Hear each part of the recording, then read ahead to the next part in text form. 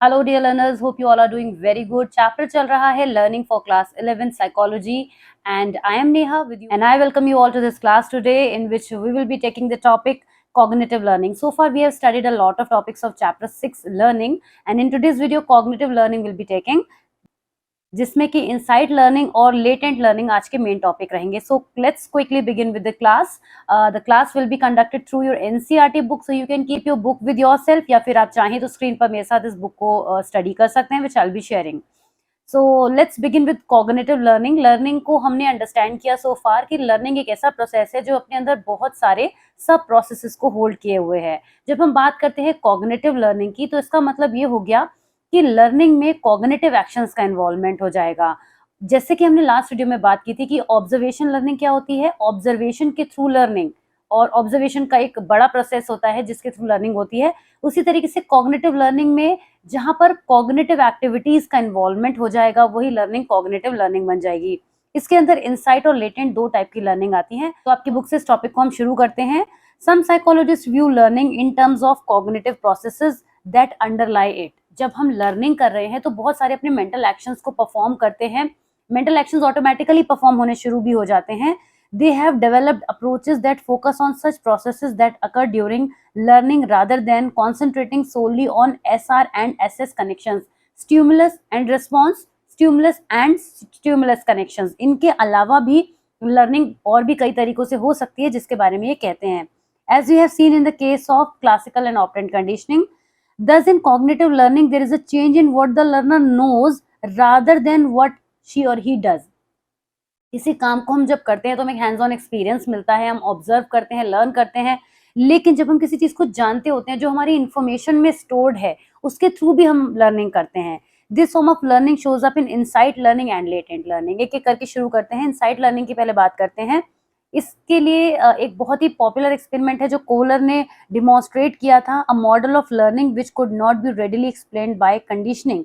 He performed a series of experiments with chimpanzees that involved solving complex problems. Chimpanzees के ऊपर उन्होंने कुछ इस तरीके के एक्सपेरिमेंट्स किए थे जिसमें उन्होंने कॉम्प्लेक्स प्रॉब्लम्स को उनके सामने रखा और जो चिंपैंजी थे उन्होंने उसको अपने ब्रेन को यूज करके बार बार उन चीजों को नोटिस में लाके अपने इनसाइट का यूज करके उस एक्शन को परफॉर्म कर दिया. तो क्या है वो एक्सपेरिमेंट समझते हैं. Kohler placed chimpanzees in an enclosed play area where food was kept out of their reach. ये बनानाज वाला एक्सपेरिमेंट है. बेसिकली बनानाज रखे गए थे और भी कई तरीके से एक्सपेरिमेंट को किया गया है. तो कोहलर ने क्या किया, फूड को चिंपैंजीज के एक केज टाइप एरिया से बाहर रख दिया. Tools such as poles and boxes were placed in the enclosure. उस एनक्लोजर, उस बॉक्स के अंदर, उस केज टाइप एरिया के अंदर कुछ बॉक्सेस और कुछ पोल्स रख दिए गए थे. The chimpanzees rapidly learn how to use a box to stand on a pole to move the food of their direction. इस एक्सपेरिमेंट में उन्होंने क्या किया, जो चिंपैंजी के पास जो भी ऑब्जेक्ट अवेलेबल थे उनका यूज करके, अपने इनसाइट का यूज करके उस फूड को अपने पास करीब में उसको कर लिया. कैसे किया देखिए. In this experiment learning did not occur as a result of trial and error reinforcement. जो हमने पहले पढ़ा था यहाँ पे स्किनर की थ्योरी में कि ट्रायल हुए बार बार, फिर एरर हुई, लेकिन इस तरीके से यहाँ पे नहीं हुआ. But came about in sudden flashes of insight.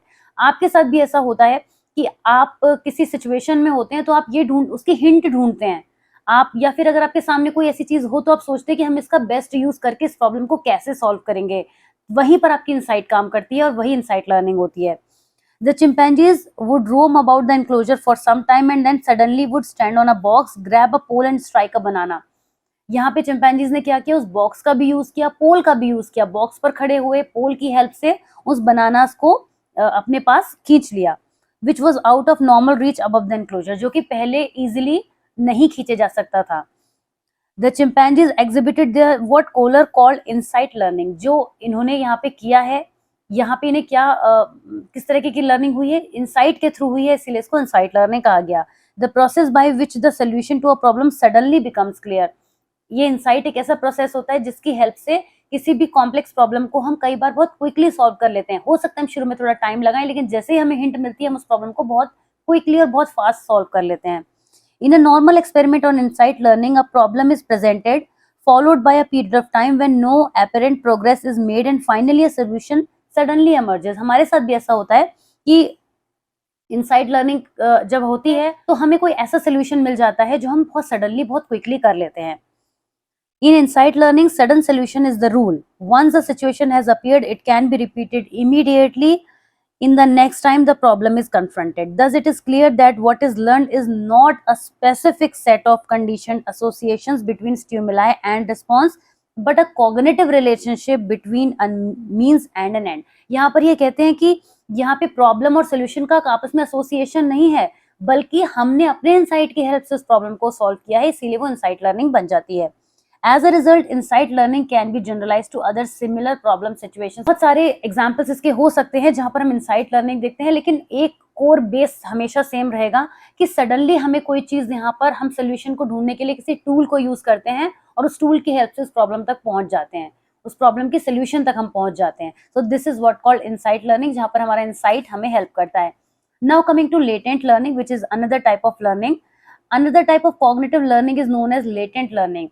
In latent learning, a new behavior is learned but not demonstrated until reinforcement is provided for displaying it. यहाँ पे टॉलमैन ने एक एक्सपेरिमेंट किया था. He made an early contribution to the concept of latent learning. To have an idea of latent learning, we may briefly understand his experiment. Tall man ने क्या किया था? Put two groups of rats in a maze and gave them an opportunity to explore. एक मेज बनाई जिस मेज के अंदर उन्होंने दो रैट्स के ग्रुप जो हैं वो छोड़ दिए. In one group, rats found food at the end of the maze and soon learned to make their way rapidly through the maze. एक मेज में क्या हुआ, जो रैट्स थे वो तो अपना फूड लेने के बाद वापस अपनी लोकेशन पर पहुंच गए. On the other hand, rats in the second group were not rewarded and showed no apparent signs of learning. दूसरे केस में क्या हुआ, जो रैट्स थे वो उनको भी किसी तरीके का रिवॉर्ड नहीं दिया गया. But later, when these rats were reinforced, they ran through the maze as efficiently as the rewarded group.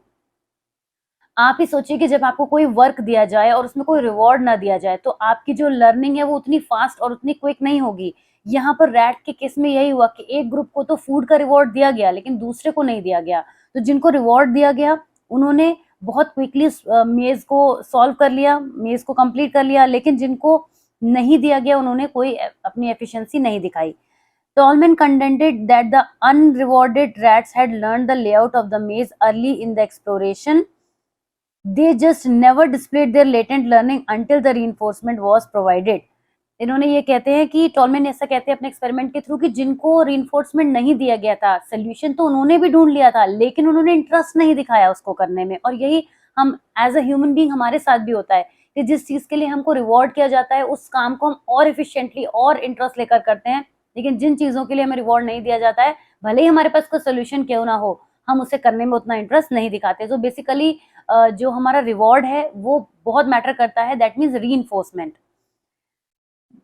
Instead, the rats developed a cognitive map of the maze, that is a mental representation of the spatial location and direction which they needed to reach their goal. Cognitive map यहाँ पे highlight किया गया है. Cognitive map का मतलब ये होता है कि जब हम अपने माइंड में कोई पिक्चर बना लेते हैं तो उसकी हेल्प से हम किसी भी काम को बहुत इजीली कर लेते हैं. जैसे अगर आपको कहीं जाना है तो आप क्या करते हैं, उस पूरे सिनेरियो के बारे में पहले सोचने लगते हैं. मान लीजिए आपके फैमिली मेंबर में किसी ने आपसे कुछ सामान लाने के लिए कहा, तो वो जो सामान है अलग अलग लोकेशंस पे मिलेगा. मान लीजिए पहले आपको वेजिटेबल्स लेनी है, फिर फ्रूट्स लेने हैं, फिर ग्रोसरी आइटम्स लेने हैं, फिर मेडिसिन लेनी है. तो आपका जो माइंड है वो एक मैप बना लेता है कि मैं पहले पढ़ने वाली शॉप पे रुकूंगा, ये सबसे लास्ट वाली पे पहले जाऊंगा, उसके बाद एक एक काम को करते हुए घर वापस आऊंगा. तो ये आपका माइंड जो है एक मैप बना लेता है जिसकी हेल्प से आप काम को इजीली कर पाते हैं. तो यहाँ पर टॉलमैन ये कहते हैं कि उन रैट्स ने भी अपने माइंड में कॉग्निटिव मैप डेवलप कर लिया था जिसकी हेल्प से वो इस एक्शन को परफॉर्म कर पा रहे थे. So these were the two types of learning which are known as cognitive learning in total, but separately insight and latent learning. And ये जो हमारा एक छोटा सा टॉपिक था, नेक्स्ट वीडियो में हम वर्बल लर्निंग के बारे में बात करेंगे. एंड आई होप कि ये वीडियो आपको समझ में आया होगा, पसंद भी आया होगा. अगर अच्छा लगा है then please press one like button for me and also subscribe to the channel अगर आपने अभी तक नहीं किया है. And I will see you super soon in the next video. Keep supporting, keep liking the videos and keep showing the enthusiasm that you show. So thank you so much. See you super soon. Bye bye.